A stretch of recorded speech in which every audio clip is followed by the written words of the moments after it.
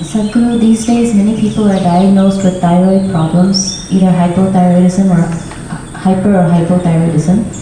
Even though we are consuming iodized salt, still thyroid problems are prevalent. What is the cause of the increase in these problems? Is it stress related, like diabetes or hypertension? Can we overcome these conditions with hatha yoga or kriya, or being in a consecrated space like Isha Yoga Center? What are the things we can do to come out of it? I think a whole lot of people have come out of it with hatha yoga practice, no question about it. Being in a consecrated place definitely adds to it. But this pretty widespread manifestation of thyroid imbalance. See, we must understand this. What you're calling as thyroid, in yoga we don't look at the glands like that. But medically, what you're calling as thyroid is that secretion within you which is trying to calibrate your system on a daily basis. It's just calibrating how much digestion should happen, how much energy should be produced, how much fat should be produced, how much muscle should be built, everything. It's trying to calibrate your physical structure. Your physical structure is very closely related to your psychological structure. Today, there is substantial evidence to show you that if you sit here and think of the mountain, your glandular function will happen in a certain way. If you think about a tiger, it'll happen another way. You think about an ocean, it'll happen another way. You think of a man or a woman, it'll happen another way. Just a thought, nothing. No contact with mountain, no contact with tiger, no contact with man, woman or ocean. Just a thought will fluctuate the glandular function. I'm saying that is how fine the system is, that it is trying to calibrate everything to keep you in a good place. The problem with you is, you need a bullock cart because you are the missing link. You need a bullock cart, but they gave you a fine spaceship. Every little thing will do a world of things. Simply if you touch it, go boom, waves of stuff happening in the system. Simply if you look like this and make one conclusion about the tree, this will go into many varieties of chemical and other kinds of variations. Glandular functions will change.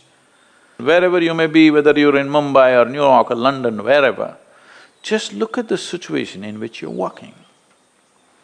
Maybe socially you've gotten used to those things, but look at the kind of atmosphere you're walking in, the number of things that are happening, none of them are conducive for this life.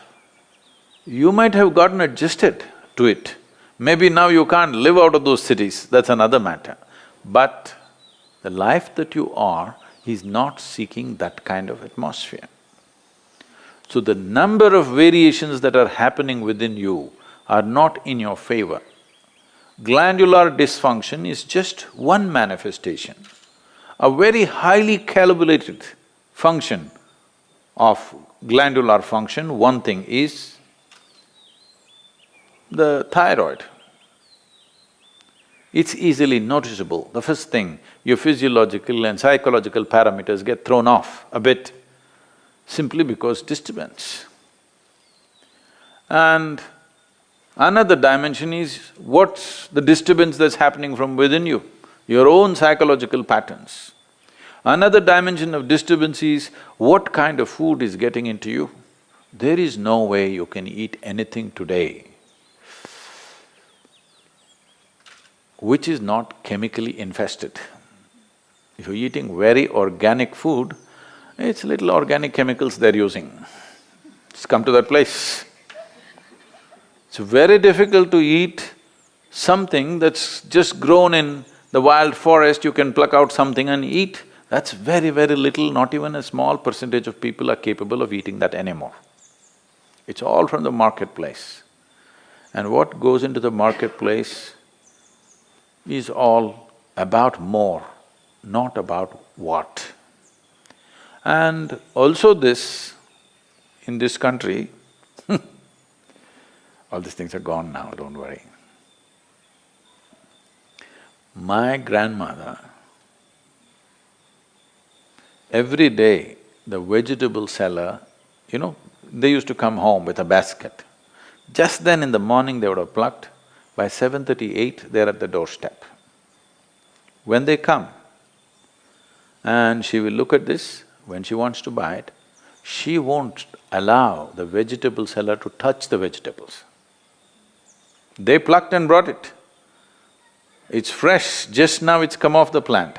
But if it has to go into the balance or if she has to choose 1, 2, 3, 4 like this, she won't let them touch it. You don't touch my vegetables. This is not to keep bacteria away. She doesn't want that woman or that man to touch the vegetables that her children and grandchildren will eat. She will touch it in a certain way. She will fondle it, she'll caress it, she'll look at it like this, and then she will cut it and make it. Don't think this is all funny. If all these things are missing in your life, you have to take pills to manage your glandular function, and there is no way by popping a pill you can get it into balance, you can suppress it.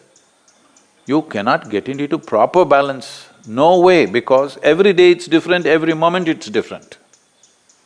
This is calibration, a very active calibration that's happening. You kill it and just take a pill and somehow manage. You are a little dysfunctional machine. With this dysfunctional machine will manifest in so many ways, and you will only know it when you stretch it. When you're living with minimal stuff, it won't show up. It's like this. See, even if you have a flat tire on your car, at 20 kilometers you can drive home, Some things will crack up, some things will tear up, but still you can drive.